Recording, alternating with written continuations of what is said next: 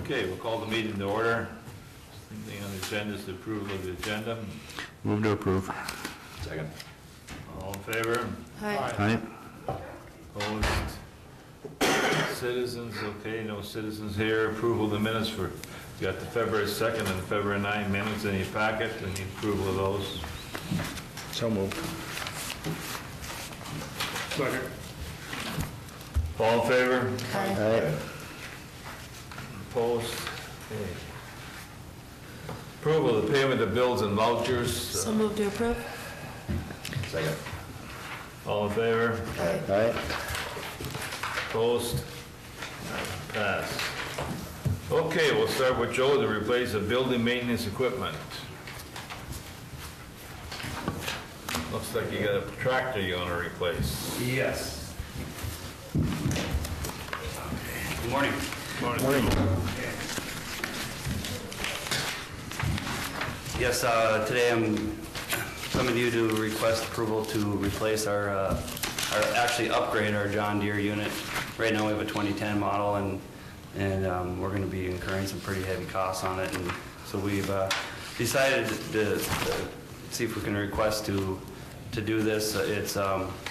We've met with RDO and to trade in our 2010 and get a 2016 unit with attachments would be $13,175, and we've also priced out a similar unit in New Holland, and the price came in at $20,300. So we our maintenance crew is happy with this this John Deere unit, and we'd like to stay with it. Basically it's our main unit that does snow removal and lawn, so it's probably the one piece of equipment that gets used the most. So we'd like to do an upgrade so we can get in on a warranty plan. Some of these repairs are pretty costly when they do happen, so with this upgrade we'd have a 4-year warranty on everything. So the funds that would be taking it out of would be in the internal service funds for maintenance. So Move to approve. Second. Does this thing do anything more than the other one does, or just? no, it's just Okay. just current, yeah. It's not anything more special. It's just the new version of it. So, Okay. and you know, our idea would be in 4 years we'd come back and do another upgrade with it to keep it, you know, since this is a unit that we use quite a bit. So, All right. so. Any other discussion? Call for the vote, all in favor? Aye. Opposed? Motion carried. Thanks, Joe. Thank you.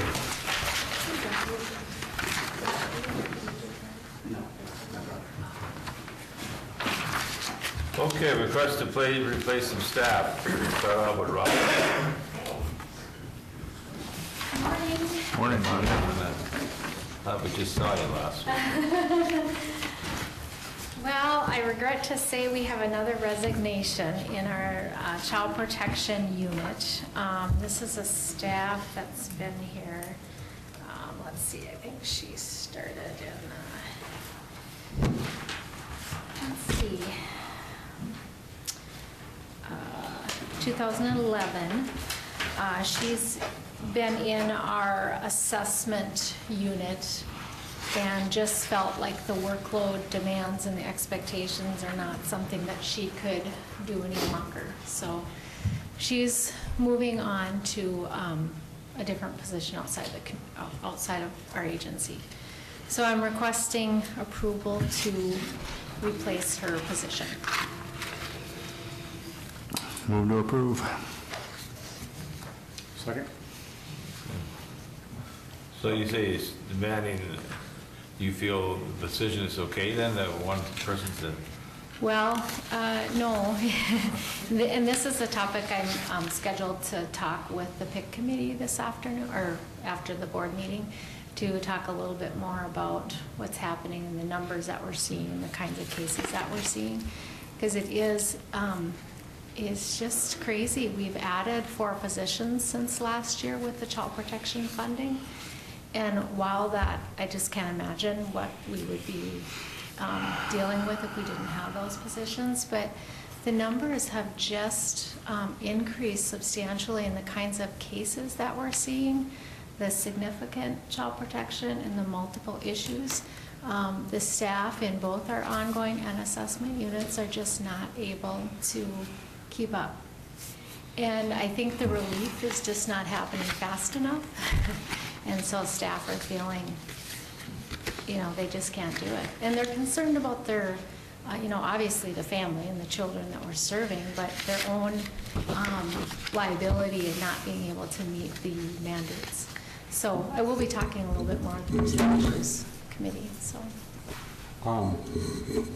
As representative of the board on the Local Advisory Council for Children's Mental Health, I have to back up what our director is saying because of the providers who give a report at every meeting. It just goes on and on and on. So the problem is escalating. Yeah. We know. Yeah, Thank you. yeah, it is. And, we were fortunate last year to have the legislative funds to add some of the staff. And we've got some amazing staff. Again, the staff that we get are a lot of new staff coming out of college into the child protection system, require a lot of training. And again, some of our older staff who've been in it for a little while are just making decisions to either move to different caseloads when we have openings in other units, or to make a decision that the work is not for them. So we have this resignation. Last week we had a case aide that finished as well. And again, what we heard from him time and time again is just the volume. He did a lot of our supervised visits and transport of kids and that kind of stuff, and worked right alongside the social workers with our families, but just very significant and multiple needs. And this child protection is such a heavily mandated service area that the staff have response times. They have to see the children given amounts of times. And when we're not able to meet those standards, they feel that they're not doing a good job, that they're leaving kids at risk in terms of not being able to get out there and meet with those families and do the work that they need to do. So it is a concern. We certainly need this position filled, but it's a bigger issue. Continues to be a big issue. Okay, any further discussion? Now we've got a motion to replace the social worker position. All in favor? Aye. Opposed? Motion passed. All right, thank you. Aye, Fred. Steve. Good morning. Good morning, Mr. Larson. Mr. Chair, we recently had a resignation. Carol Dodge, who's been with either court administration, secure detention, or the non-secure program, has decided that she's ready for the next chapter of her life in retirement. And so we are here today asking to replace that position in the non-secure department. Okay, I'll move to approve the request. Second. any discussion?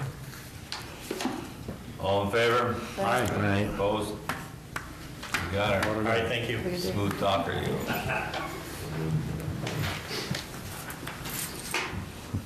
Kathy McKay. You got a supervisor position. Good morning. Morning. Yes, my nursing director has also decided to retire. She's only been here a mere 27 years, so she has decided to move on to retirement, even though I've tried to convince her to stay. I said she can work till she's 80, but she has decided to retire. So my request is to fill that full-time position. I believe there may be some candidates internally, so I would want to open it up internally first, of course, for any nurses that may be qualified and wanting to move into a position such as that. If that's the case, I also have put down that I would like to also backfill that position. If we do fill it internally, that I would backfill that nurse position as well. Mr. Chair, I move to approve as presented by Kathy. Second. Any discussion? All in favor? Aye. Opposed? Motion passed. Thank you.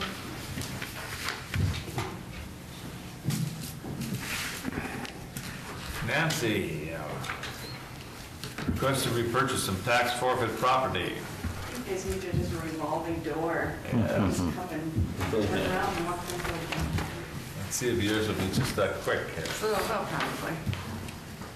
As this states on the memo I sent out, we have a piece of tax forfeit property that the mortgager wants to repurchase. Is that piece of Barnesville that we talked about before, or is This this is a a different different one. This is just a house that's sitting in the city of Barnesville, and it didn't sell at our tax forfeit sale. So it technically will sit out there till December again, till we can reassess it. And so if that weighs at all with what you guys are going to decide whether to let them repurchase or not, I don't know if they could get it to turn over faster and back into on the tax rolls. I'm not sure how mortgage companies work and sell their properties. So when a property like this goes up for the tax forfeiture auction, they pay the price plus any past due, No, it's just the assessed value. just the assessed value? Okay. Correct. So this would be what would have been asked at the tax forfeiture. What they're going to repurchase for, if it's a person that has a prior interest or ownership, they just pay the back taxes. Okay. Which weren't a lot, as you can see by Okay. the amount Thank you. involved. Yeah.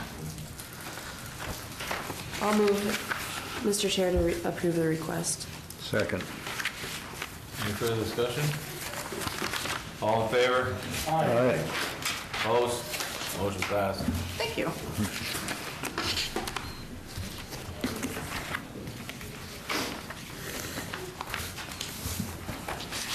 Okay, next thing we got is the Jail Finance Committee recommendation to execute necessary documents for the sale of a $10 million general obligation jail funds.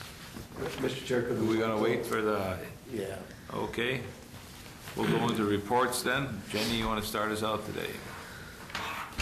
Thank you, Mr. Chair. Last week, I attended the Diversion Authority Land Management meeting.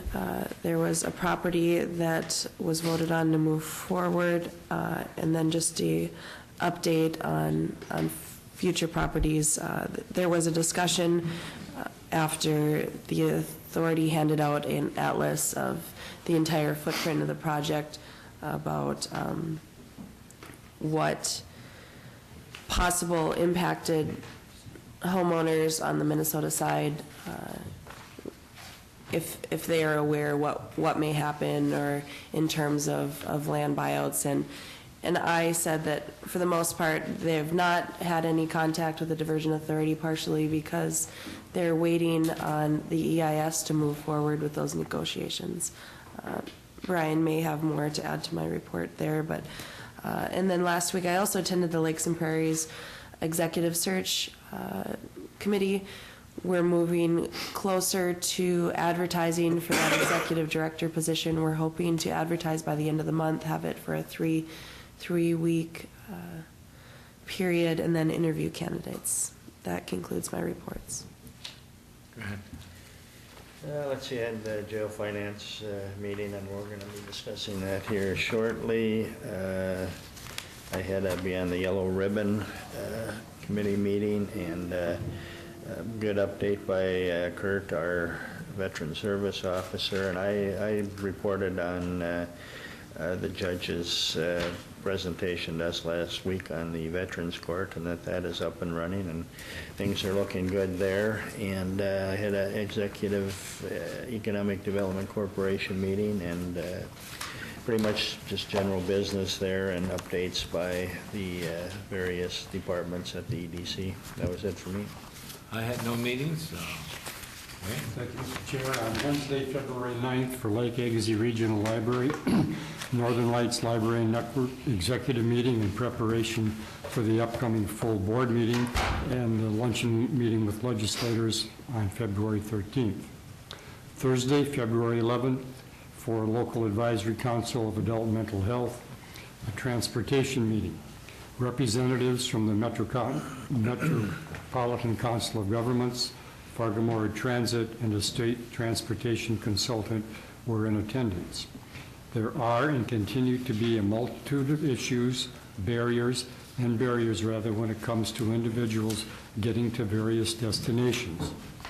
A few of these are bus routes, scheduling, distance, behavioral health, and mental health.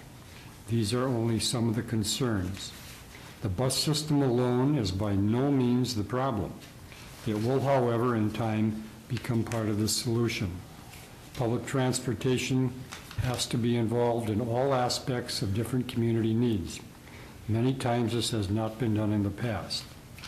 The transportation concern is an ongoing one. Friday, February 12th, Local Advisory Council for Children's Mental Health for Early Childhood Initiative, a gathering for sharing ideas and strategies. A few of the providers present were Head Start, Early Years, Clay County Public Health, Clay County Social Services, Minnesota State University Moore Early Childhood Program, University of Minnesota Extension Agency, Early Learning Scholarship Program. One of the central issues that came out of this meeting was child care. The demand is far greater than the supply, particularly for infants. Finding good qualified staff for child care centers is also a difficult task. Saturday, February 13th, again for Lake Agassiz Regional Library, the Northern Lights Library Network full board meeting.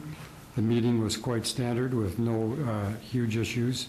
After the meeting, Northern Lights hosted its third annual library luncheon with legislators. Several library directors spoke about the importance of continued funding for all types of libraries. It was well attended. Senator Eakin and Representatives Lean and Representative Nornis from Ottawa County were able to attend this year. They expressed their support for libraries and for broadband expansion throughout the area. Concludes my report, Mr. Chair. Thank you. Okay, last Wednesday, February 10th, I had a diversion public outreach meeting, and we received a federal update, and of course there was some discussion about the $5 million that was authorized to start construction on from the Corps.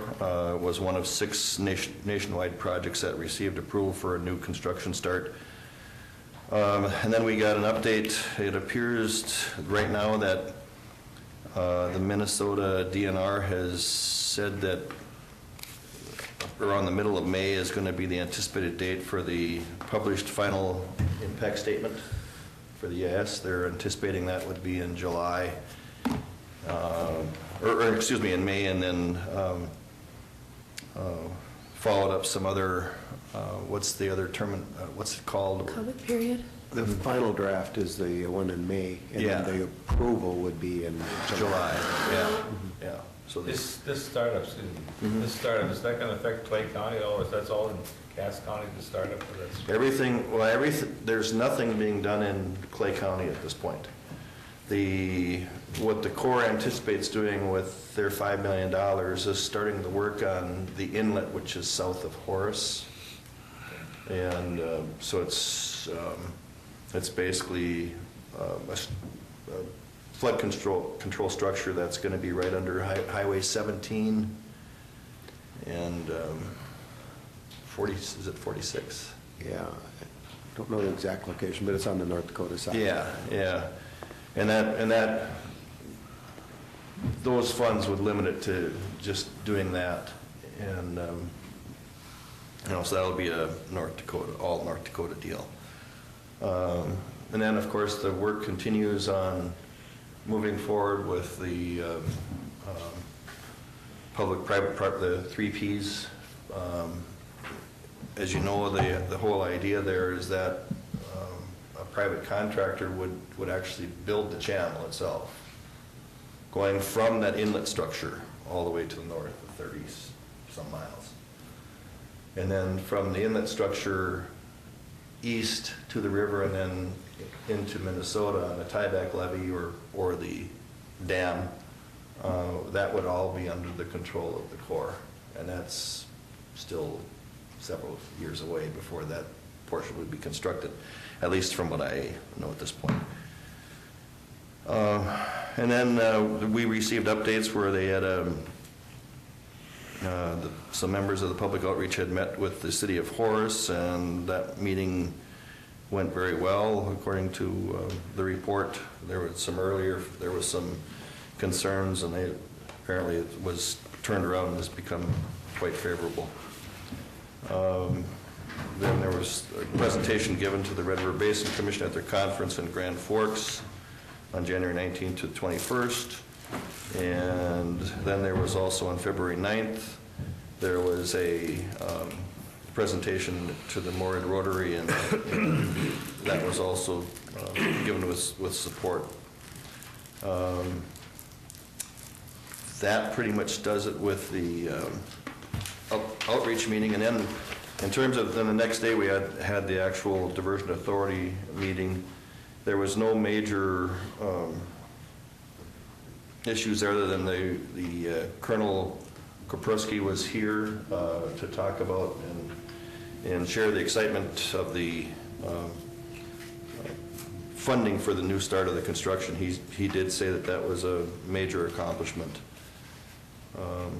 And now we kind of just wait and see on, and there's something that has to be done this summer by the Secretary of the Army. Brian, do you recall what that was? Well, Mr. Chair and Commissioner Campbell, I believe the two of the conditions were the settling of the lawsuit. Yes. And also the EIS, the final draft of the EIS. And then, of course, we have to sign the PPA with the Corps before it gets started. So they're projecting July or August before a start on their... Yeah, and but before the Corps can actually start on that, the major issue was the Secretary of the Army had to review and determine that anything that was still left unsettled, there had to be a determination that would be, those issues would be resolved. Yes. Mm-hmm. And if those issues were be resolved, the Secretary of the Army would sign off on the Corps moving forward. Right, yes. So it gets kind of technical combined with the Minnesota EIS issue and the lawsuit issue. Right. I think it's more important with the Minnesota EIS than it is on the lawsuit issue. Right. I don't know that the lawsuit issue will prevent the Corps from moving if the Secretary of the Army signs that. The Minnesota DNR is part of the lawsuit, so it would be equal. No, but the part that we're talking about is the Minnesota EIS. Right, but I think they're equally as important, aren't they, if the Minnesota DNR is part of the lawsuit? I think they're separate in terms of what yeah, in terms of what the Corps is talking about. You know, and we need to have an attorney to give the real answer there, but Minnesota DNR was a third party to the lawsuit. Right. But their issues might not be the same as the issues with Richland and Wilkin County. So I guess I'm not going to comment anymore on the lawsuit issue. That all I know is that the Minnesota EIS was the one thing that the Corps said they had to wait for. And then as far as moving forward with the structure in North Dakota, they said they don't need any Minnesota permits for it.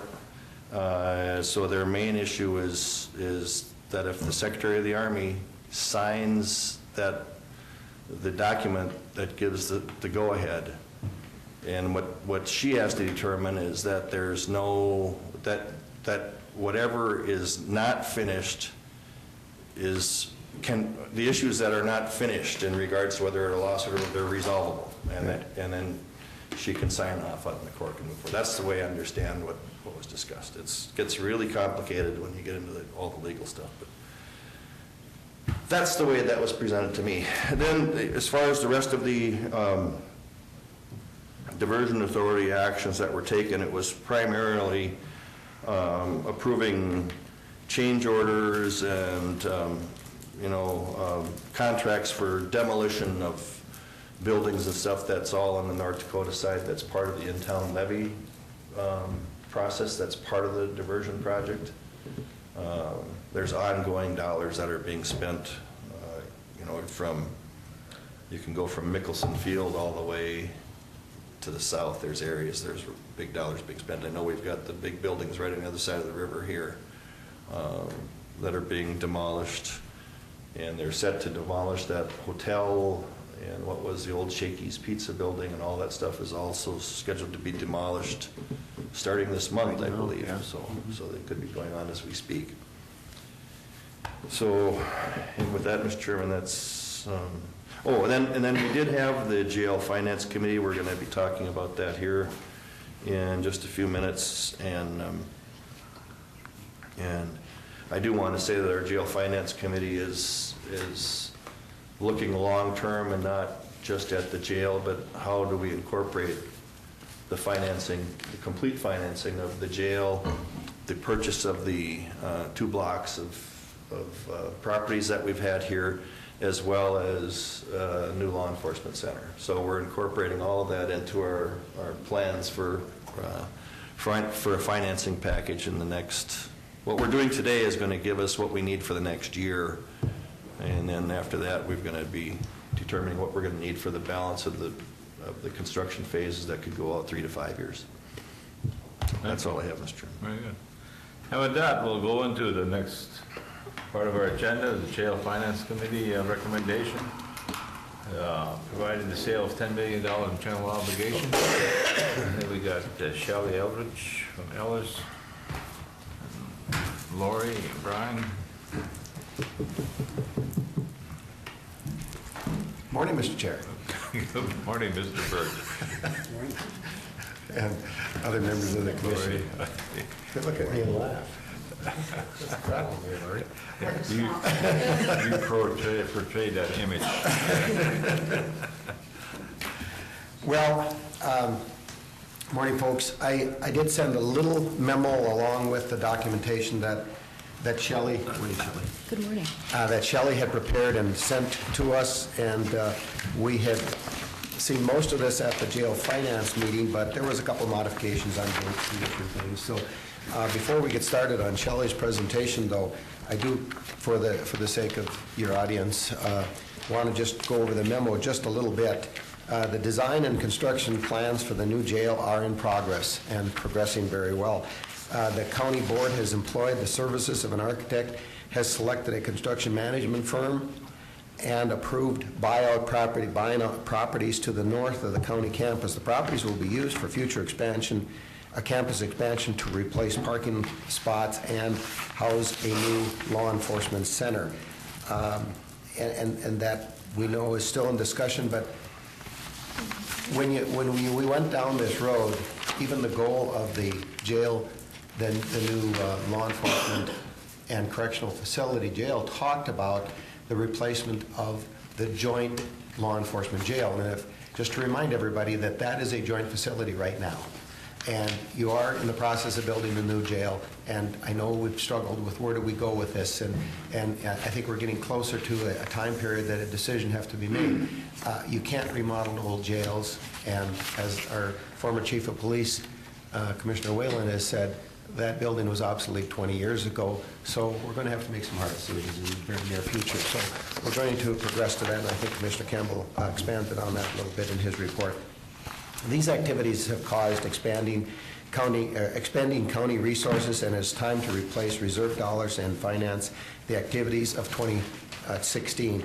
We're asking the board to approve a schedule which will progress towards the sale of initial jail bonds in April. Final bonding for the jail project will take place in 2017. And Shelley Eldridge is here from Elders and Associates, will be present to explain the details of the bond process, and of course Lori, who is very knowledgeable about all of these processes, and the county finances, here to answer any of your questions. But as you progress through this, just keep in mind that you approved the purchase of approximately $3 million in property to the north. We've made very good progress in that. We have 12 of the 25 closed on. We have 2, 3, 4 of them scheduled for this next month, and not necessarily March, but the 1st of April. I know we have one. We have one in a week or so. We have more purchase agreements signed. It's been going really well, and there will be probably about $1 million worth of demo that we will have to do. We will expend between $1 and $2 million worth of architect fees in designing this, and these will all take place next year. We have just employed a construction manager. We haven't signed that contract yet, but as that progresses, that will be costly as well. We will probably spend about $500,000 in a parking lot in preparation for the new jail. And we'll probably spend about $500,000 in infrastructure, sewer, water lines, power lines, cable lines, and different things under 8th Avenue that we have to close. And then sometimes in the process of ordering some of the product, when it's precast, they require sometimes 25, sometimes 50% down. We don't know that exact amount, so that'll take place in probably in somewhat in 2016 as well. So the point being, hopefully you'll see the need for the $10 million. Now, as to what we've expended so far, I'm going to pass it around to Lori, please. Lori did a printout. We talked about this, what, Friday or Thursday, something like that. And the document that I'm giving to you is showing that as of right now, if we go down to the bottom of that sheet, you'll see we've expended $1.625 million. And you did establish a fund of $401,000, and you know that had come from the added levy dollars that you were accumulating, the power generated tax that was collected last year and will be collected this year again. You received that about March, I think, somewhere in that area. And then there's already some maturing debt that we have moved into that account as well, so we'll make another deposit there. So what I guess what I'm trying to explain earlier too is that you'll see some interest that will need to be paid in 2017 on this $10 million bond, and there is revenue that is coming in to cover those expenses too. So, but anyway, that's kind of where we're at with the expenditures right now, with architectural fees and land purchases and the appraisals that we've done and things along those lines. We've expended $1.6 million, and we have a net liability that we've paid out of reserves of about 1.223 as of today. So with that, Mr. Chair, go ahead. No, go ahead. No, I would just turn it over to Shelley to go into the document that she has shared with you and the system that they work through in regards to selling bonds for in about April, I guess, if we were looking at a sale too. There's a process and procedure that we need to go through. So, morning, Shelley. Good morning. You should have in your packets what we call our pre-sale report. And what this document does is outlines the terms of the bond that we would put towards the market, put to the market if you determine to go forward with the financing. So we are looking at $10 million of general obligation jail bonds. Those are authorized under statute 64123 and the general bonding statute of 475. These bonds are also available for state credit enhancement. And so what that does is that takes your very, very fine rate of a AA up to a AA plus. Now, in a smaller project, that may or may not be worth it. However, on a project of this magnitude, we're looking at 10 to 15 basis points better by that one notch up in the bond rating, and that translates into probably 15, 20 grand a year, which over the life of the bond, we're starting to talk about some real money. So we're suggesting that you consider the state credit enhancement, and the mechanics of that is that Lori needs to get her payments in 3 days earlier than the payment date versus on the payment date. So that's the only, if you would call it, downside of the state credit enhancement. As Brian explained, this bond would be financing the preliminary cost of the jail project that's coming up. We're looking at a 20-year bond that would be prepayable or refinanceable in 10 years. So you could pay it off if you had the funds available through whatever sources in 10 years, or you could refinance it if there's better rates at that time. We talked about doing it, usually the standard, and that's called the call date. The standard call date is usually halfway through the term of the bond. We're looking at a 20-year term. We could back that up, but it will probably cost you, again, a few basis points, and what we're trying to do is get the best interest rates on the bond that we possibly can. So in discussing it with staff and the Finance Committee, it seemed feasible that that 10-year call would be appropriate and be the best way of looking at this particular financing. We are looking at putting the first principal payment in February of 2018, and that would give time to get the second financing in place where we could then structure those two financings together, as well as, some of the other the other sources of funding that are currently out there and in consideration. So that puts that off, gives collections a chance to catch up to the obligation. We have interest only for that first year. So the interest will be paid. It's structured for the interest to start in February of next year, and then the principal kicking in the following February of 18. You mind, me just have, on that state credit enhancement, I see here we got a $500 fee to get a better fee. We have to pay a $500 fee to apply for this? That's correct. However, on the flip side, I know we're going to get a better rating if we do, but... Correct. That's their fee for their processing of the paperwork. Okay. And on the flip side, your rating agency should be less than the standard fee as well because of the state credit enhancement. So we will be looking at an underlying rating as well, a regular bond rating, but generally those fees are a few $1,000s less than you would otherwise be paying. The $10 million the $10 million amount is chosen for a couple of reasons. First, it's anticipated that that's about the amount, or something in that area is the amount that we're going to need until the full financing comes into place. The second is what's called the bank qualified limit. Every entity that issues bonds has a $10 million annual limit per year that allows banks to take advantage of the tax-exempt status on the interest earnings. So this we'll get more bids if we can include it under that $10 million limit. So that's, from my perspective, the reason to stay at $10 million for this issuance. Their perspective is that's the money they need. So 10 million is my magic number. Good plan. So, again,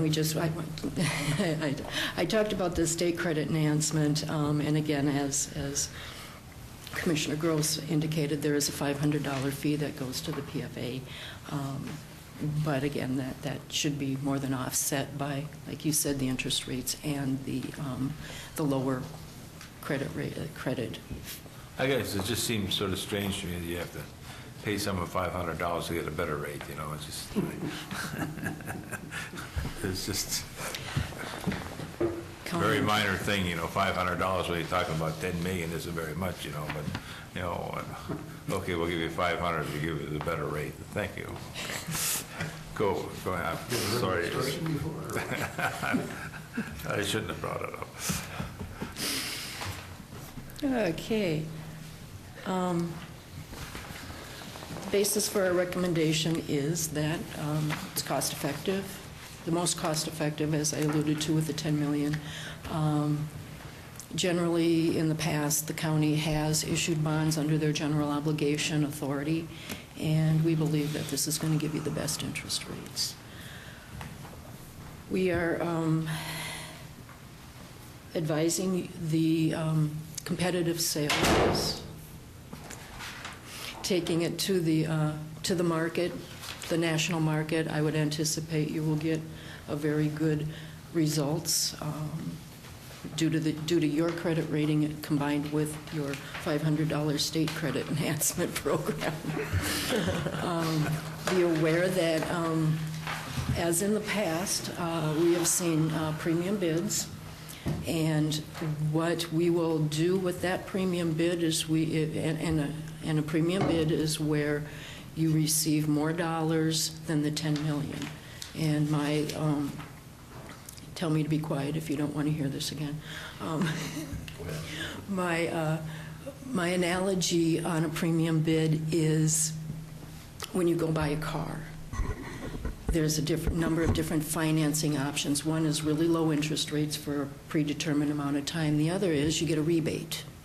And that rebate then can be used to write down your loan, or it can be used to put more stuff on your vehicle.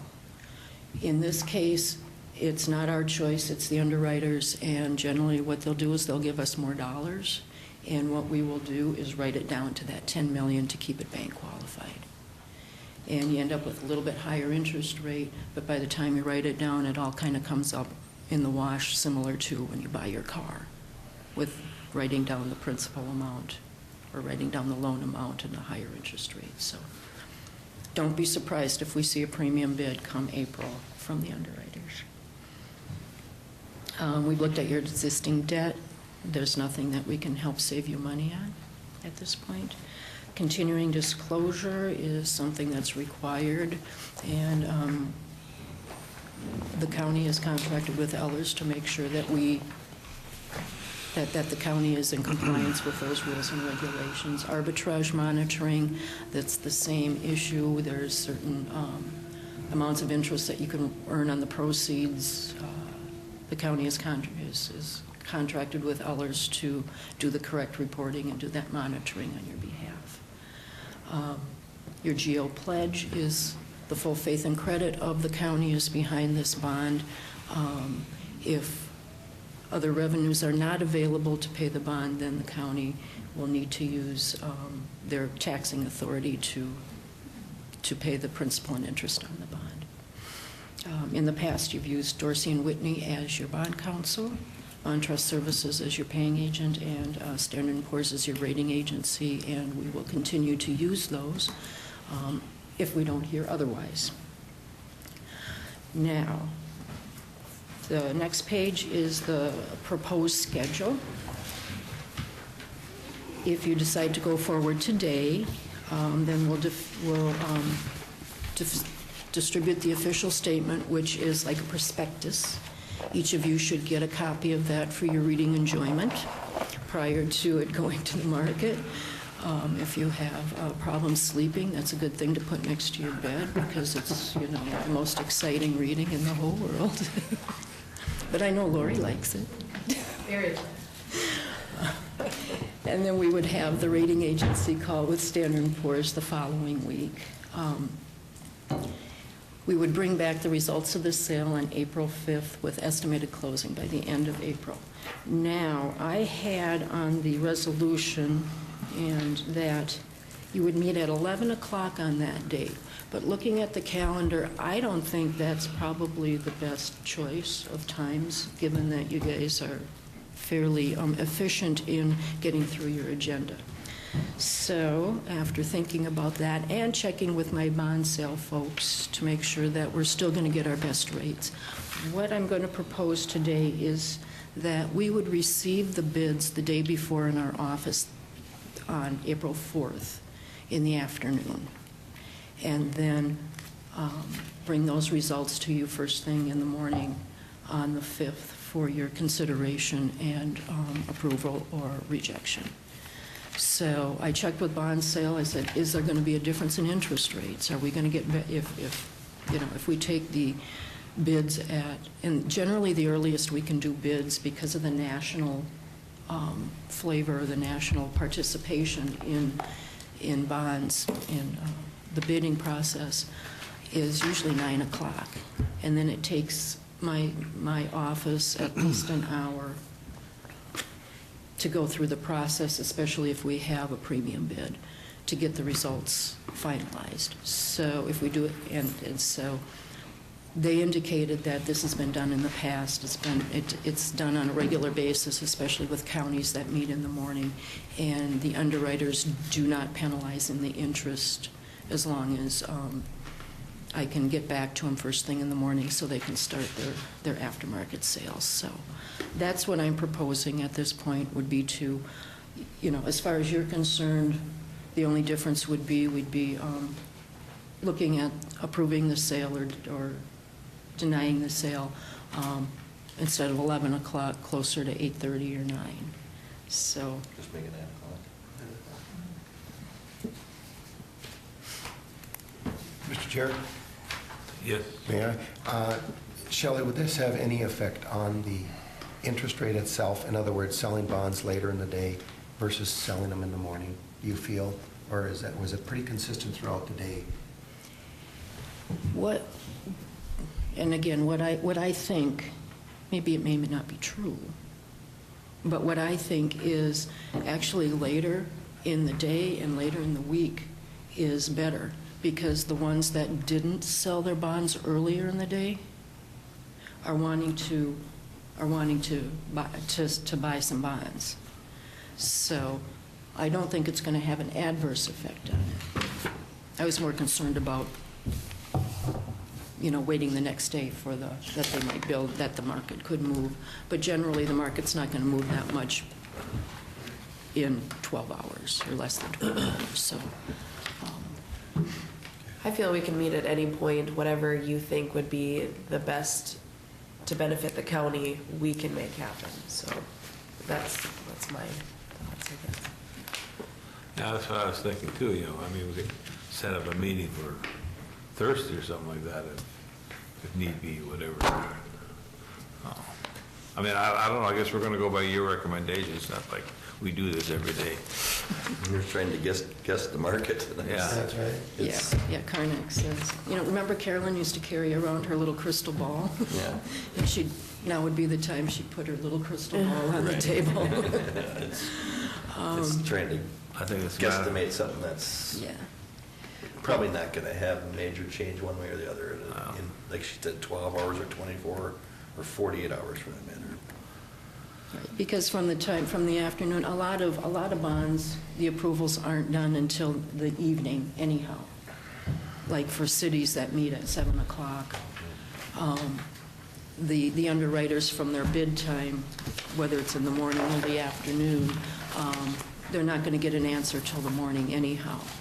So, to the extent that we have it in the first thing in the morning, I think, and I did ask the question before I considered this proposal,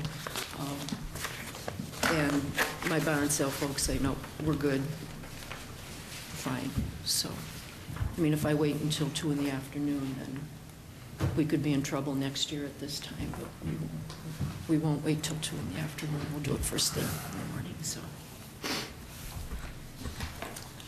Mr. Chairman, our finance committee went over this at length with Shelley, and I think we had Jenny reviewed the language in it, and we had a couple of timing issues. They've been clarified and corrected in the proposed debt issuance schedule. The $10 million itself is, we believe it's keeps us on track for what we need to do in 2016 to maintain a schedule that would allow a spring 2017 construction timeline. The one issue that's out there that Brian talked about would be the potential for some advance ordering of whether it's pods, steel pods, concrete pods. Some of those things require months in advance of ordering to be here, to be ready to put in place, and in the spring or early summer of 17, those numbers may, depending on what it is, could actually make us go over the 10 million. But what we also wanted to do with this early one is 10 million is really the maximum that we can go with at this point in time to get the rates and the tax incentives that the banks look at that Shelley was talking about this morning. But we believe 10 million will get us to where we need to be until we ultimately do a final package, hopefully a final funding package, bonding package in 2017 that would complete the project. So unless there's any questions, do we have two resolutions? Two resolutions. So that Mr. Chairman, I would move resolution number 2016-13. Second. Okay, I think there we have to change the time on there, though. I think That's this correct. 11 o'clock. Yeah, so We we're have going to change that to 9 o'clock. Yep. 9 a.m.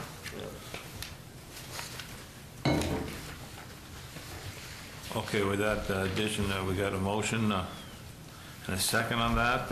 Any further discussion? All in favor? Aye. Opposed? Motion passed on resolution number 2016-13. Mr. Chairman, I would also move resolution 2016-14. There again, we have to change the time to 9 a.m., I think, on that one. That's correct. Second. Any discussion on that? All in favor? Aye. Opposed? Motion passed. Well, thank you, and we'll see you in April. Okay, sounds good. Thanks, Shelley. Any luck, the snow will be gone? That's later this week. Let's hope so. Mr. Chair, any further questions of Lori or I? Hey, Lori? No, I guess no further. Anybody got some questions for Brian before he, Okay. Thank you all. unless you want to do your report from there? Okay.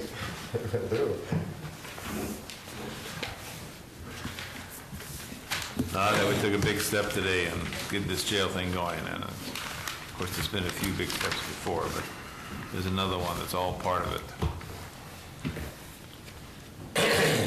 Well, thank you, Mr. Chair.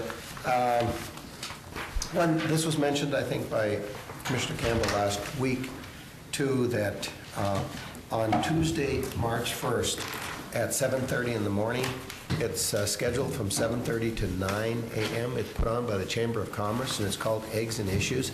I have not attended one yet because of the fact that they normally have them Tuesday morning. But in this presentation, they're going to have the Minnesota Department of Natural Resource, the final environmental impact study project. Greg Nelson is going to be speaking at that. It might be okay for, I think that's what you were alluding to last time, too, so. What the talk is about the process of the EIS, the entire process from start to finish of the EIS. It's not going to get in depth into this diversion project necessarily, but it's going to talk about the process, what the DNR goes through from start to finish. I think that's what the discussion is about, to better inform the business community about what the DNR goes through to complete an EIS. When was that time again? March 1st. And 7:30 Mr. Chairman, we as a county are members, and, I had told Vicki that I'd like to go to that, and I think it would be good for all of us to. Well, should we move our meeting that morning? Or is it? We would just start a little later is all. Yeah. Start Move it later. at 10 o'clock or something like that, so That's what I allow was you wondering, to. if this is an important meeting here. Well, I think that we probably should attend that, then, but in order that we don't have to walk out in the middle of a meeting. Right. Well, what date was that? March 1st. And that starts when, though? 7:30 in the morning.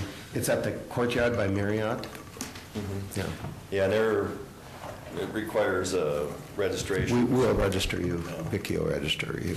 So let us know which ones want to attend for sure. Okay. And then it would require us to move our meeting time. I would say that we could move our meeting time to 10, we'd be safe. Yeah, I think so too. I don't know, is that, how much notice we have to give to move our meeting time? We do that weekly. Okay. 3 days is what you have to publish for a Okay, change very in the good. notice All right. date, so we'll I just certainly didn't cover want to that. get into the time. Well, Yeah. Mr. Chairman, maybe we should, if we can, we should just do that now. I would move that we move our meeting date on Tuesday, March 1st from its normal meeting time of 8:30 to 10 a.m. Second. Any further discussion on that? All in favor? Aye. Okay, so March 1st, commission meeting will start at 10 a.m. Okay, back to your... Very good. Sorry for interrupting. Thank you. I think that's a wise move on your folks' part to do that. Then,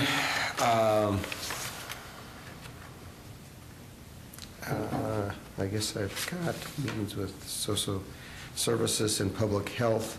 Oh, yeah. We did last Tuesday afternoon, I believe it was, social services and public health and myself met with Mayor Williams at her request, and what she wanted to do was talk about services that are here that are available for new Americans, immigrants, and the concern that they have with housing and assistance and education and getting into the job market. She's very concerned about getting them from point A to employed and productive Americans, and was wondering what services were available. We're going to have a follow-up, another meeting with them over at the Social Service Building. Also present at the meeting was the Minnesota workforce and also adult education, because they are heavily involved in teaching the new Americans English and the different stages. We had quite a lengthy discussion about all of these factors, so it went well. We had a jail finance meeting. I think you've had enough on that from both Commissioner Wayland and Campbell, and then our presentation today, we had a land management meeting, and Commissioner Mojo covered it very well, so I don't need any follow-up on that as well. Had Chamber of Public Affairs meeting last Thursday morning, and it was interesting because we had a presentation from the director of the trauma unit for Sanford Health, and their goal, of course, is to become a number one, stage 1 trauma unit. They're a stage 2 trauma unit right now, and they talked about how fortunate we are to be in this region and have the trauma services that we have. And then a couple of the people that were, the members that were attending testified to the fact that, you know, when there's heart problems and strokes and things, trauma in minutes is very, very important. And the reason why it became quite interesting is because we talked about the helicopter service and the 150-mile range that they work around here and how quickly they can get services to the patient and then back to the hospital.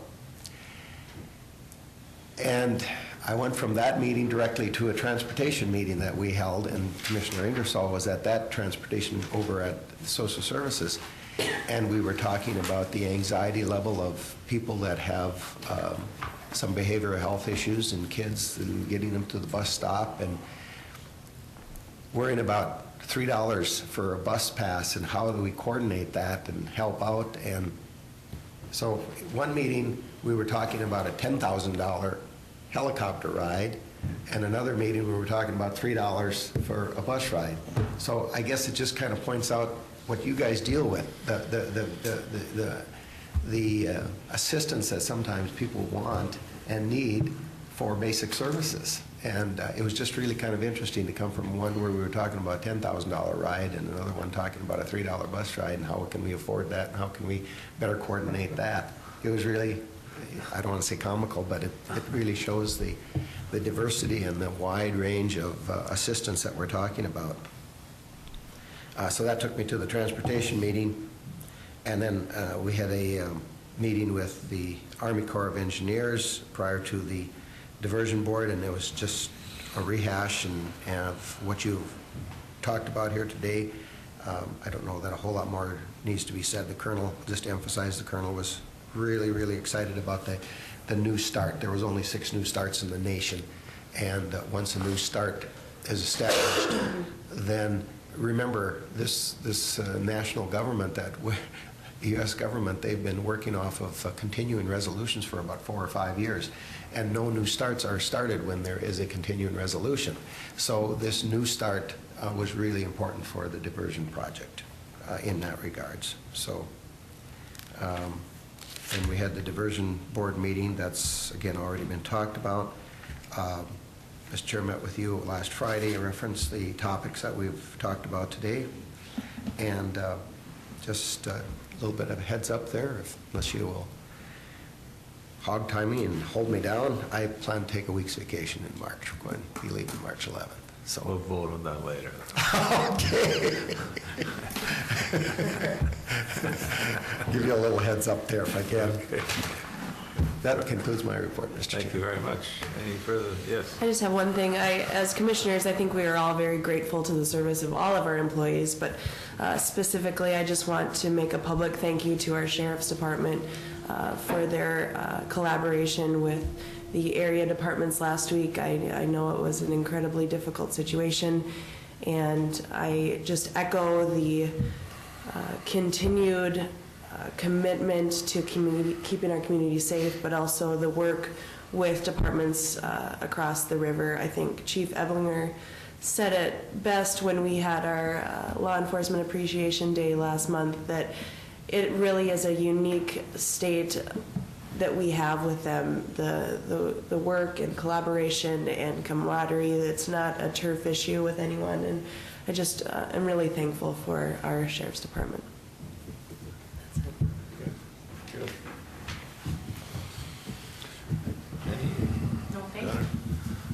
Move to adjourn. We are adjourned.